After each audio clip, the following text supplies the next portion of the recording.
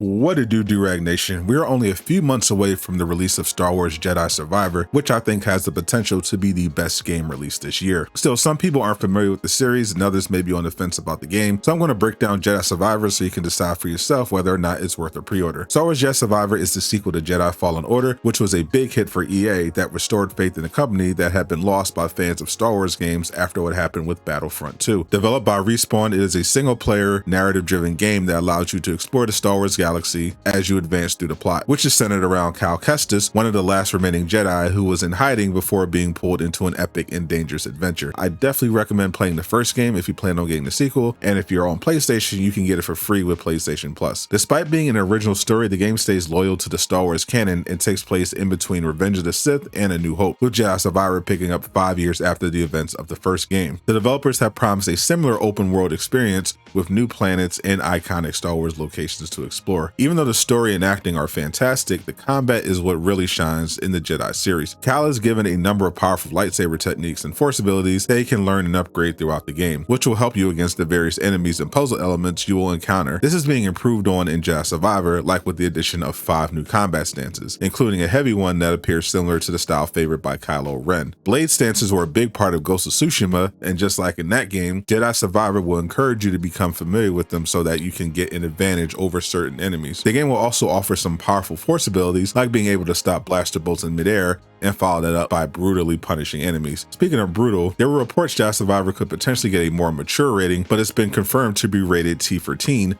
like the previous game. So expect very light swearing, as well as aliens, robots, and troopers getting impaled or cut in half by your lightsaber. Star Wars Jedi Survivor releases March 17th and will be only available on PS5, Xbox Series S and X, as well as PC. Let me know in the comments which version of the game you're planning on picking up, and to hear more about a brand new open world Star Wars game, check out this next video.